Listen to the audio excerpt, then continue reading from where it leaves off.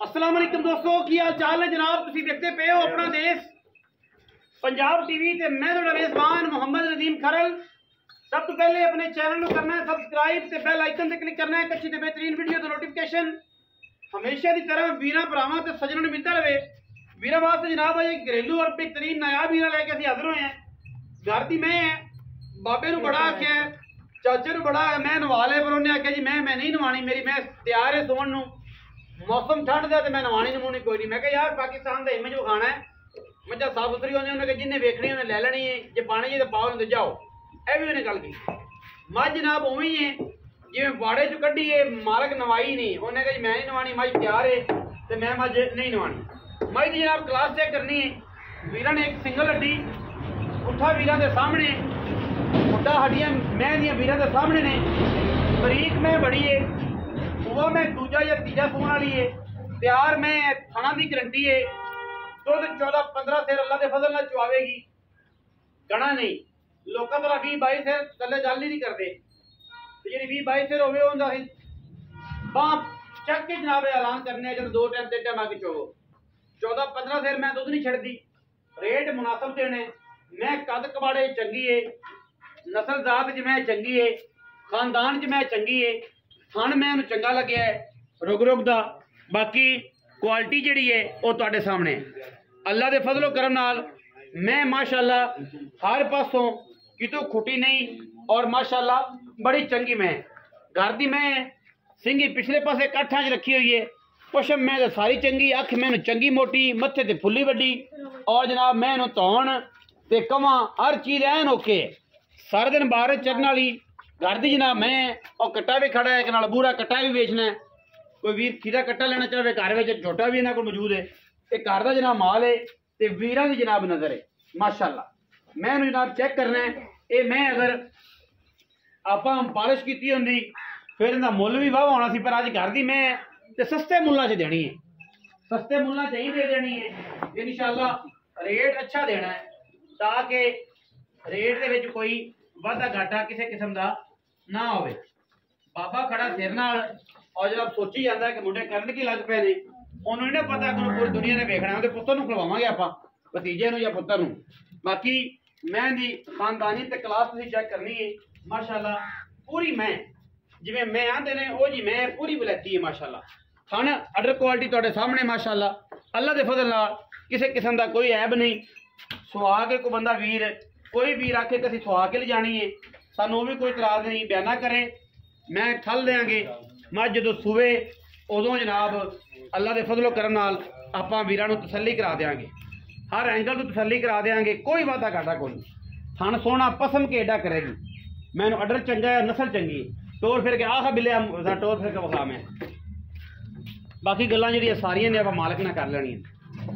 कट्टा भी विखावां, खीरा बूरा कट्टा कालियां अखां दा मुल जनाब हुंदा बड़ा मुनासिब है। वो भी किसी ने लेना हो तो लै लवे, किसी ब्रीडर को खड़ा होगा तो उन्हें आखना जी 35 लाख है, 50 लाख है, 2.5 लाख है, 60 लाख है, बस ये हालात ने। यह जरा मैं चेक करनी पूरियां वड्डा मैं खूबसूरत मझ संभी चंगी है, पर सफाई नहीं की, तुझी कोल मैं निशान ही कोई नहीं। सुबह रंगे माशाअल्लाह घोड़े सुबह रंगे जनाब बिल्कुल गोल पैर ने झोटी नूं। दूजा सुआ है मैं, और माशाअल्लाह घर में खड़ी है, गरीब आदमी जी मैं, किसी वीर ने ली इंशाअल्लाह मुनासिब लै देंगे और चंगी लै देंगे। ये जी मैं तो खुदा एवें हड्डी टाका मैं पॉलिश की होंगी मैं जी गल्लां ही होर हो जानी सी। हर बंदे ने कहना जनाब पता नहीं ये बलोचियां चो है, किसी जनाब मस्तानिया चो है, फलानिया चो है, लेकिन यह कोई चक्कर नहीं है। घर में मैं खड़ी थी चंगी मैं बुलेती है। अच्छा जी कट्टा भी विखाया जे, कट्टा खोल के ले इन जान जिथे जाती घरें माशाअल्लाह अखां च कड़े ने मैं बड़े सोहने। यह कट्टा जी खीरा ये भी इन्होंने बेचना है। कोई भी कट्टे खीरे का गाहक हो तो जनाब वो भी साढ़े रबता कर सकता है, ठीक है। ये खीरा कट्टा जी मूँह वेखी बड़ा अपना की नाम तेरा खीरा कट्टा है, 1.5 साल का खीरा है, 1 महीने ही खीरा टोकन लग्या हुआ है, चंगी मेहनत है माशाअल्लाह। और अल्लाह के फजल नाल वजन तकरीबन 3.5 मन, 3.5 मन पक्का है, ठीक है जी। तो खीरा कट्टा उम्र तकरीबन 1.5-2 साल है, सांभ्या सही चंगा है माशाअल्लाह। बन दो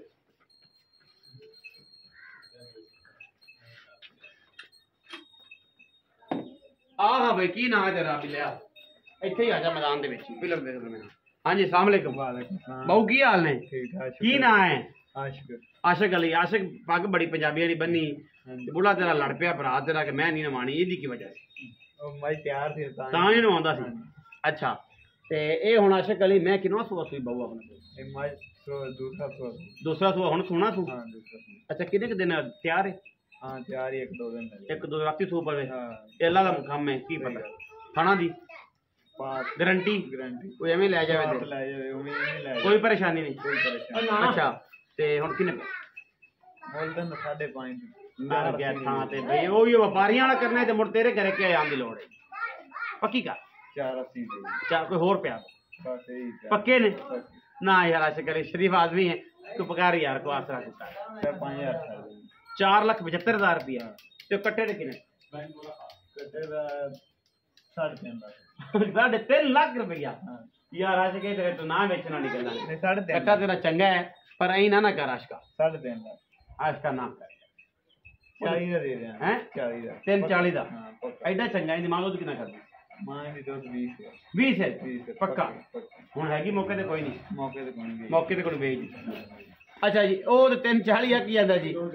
ਬਾਕੀ ਜਿਹੜੇ ਤੁਹਾਡੇ ਸਮਝ ਚ ਆਏਗਾ ਕੱਟਾ ਤੁਸੀਂ ਮੰਗ ਲਿਆ ਜੇ ਆਪਾਂ ਨੇ ਭਰਾ ਨਾਲ ਪਿਓ ਨਾਲ ਗੱਲ ਕਰ ਲਾਂਗੇ ਜਿੰਨੇ ਦਾ ਹੈ ਉਹਨਾਂ ਦਾ ਲੱਭਣਾ ਹੈ।